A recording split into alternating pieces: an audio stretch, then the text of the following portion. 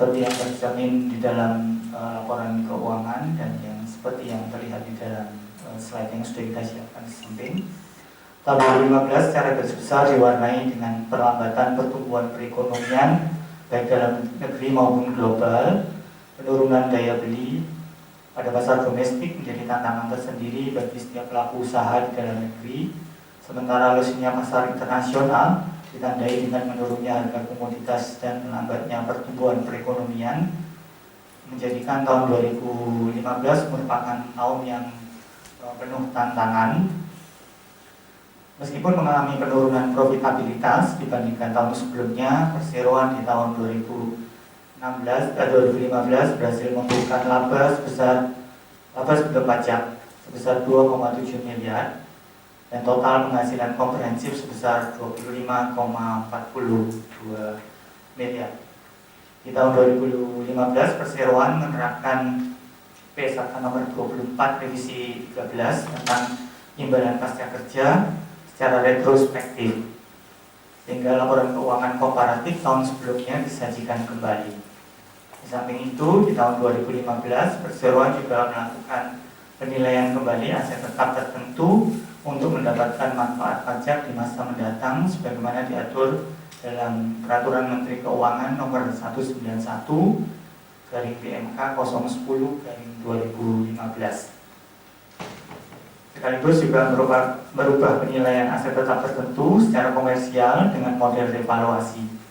Kedua hal tersebut memberikan pengaruh signifikan terhadap laporan kinerja perseroan seperti yang tercermin dalam laporan keuangan baik untuk tahun 2015 maupun 2016 dan seterusnya.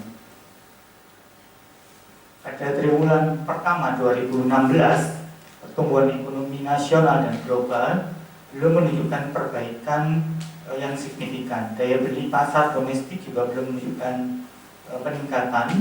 Di sisi lain, kenaikan harga bahan baku dan tingkat upah di tahun 2016 meningkatkan biaya perseroan secara keseluruhan.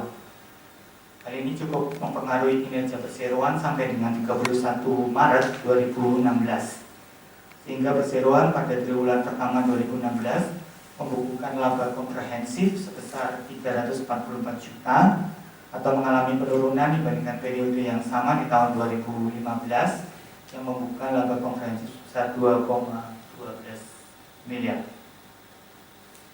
Gambaran lebih detail akan kami uraikan selanjutnya.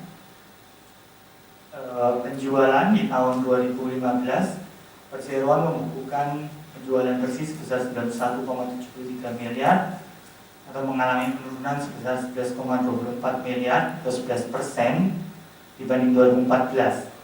Kondisi perekonomian dalam negeri yang mengalami pertumbuhan yang melambat ditandai dengan penurunan daya beli pasar domestik cukup mempengaruhi upaya perseroan untuk mengupayakan pertumbuhan di tahun 2015. Sehingga penjualan lokal perseroan mengalami penurunan dari 70,33 miliar di tahun 2014 menjadi 63,58 miliar di tahun 2015. Samping itu, perlambatan perekonomian juga terjadi pada pasar global, sehingga permintaan ekspor juga mengalami penurunan dibanding tahun sebelumnya, sehingga perseroan membukukan penjualan ekspor sebesar 25,93 miliar di tahun 2015 atau mengalami penurunan sebesar 2,77 miliar. Namun di tengah tantangan tersebut, manajemen senantiasa berupaya melakukan terobosan-terobosan untuk meningkatkan penjualan baik ekspor maupun lokal.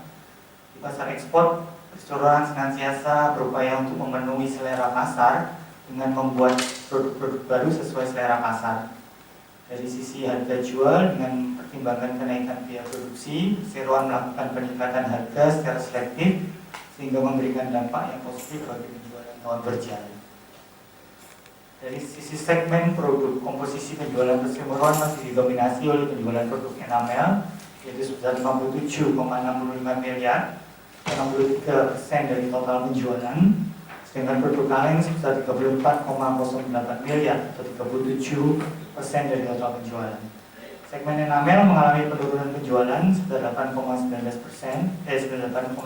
miliar atau 12%, sedangkan kaleng mengalami penurunan sebesar 3,05 miliar atau 8%.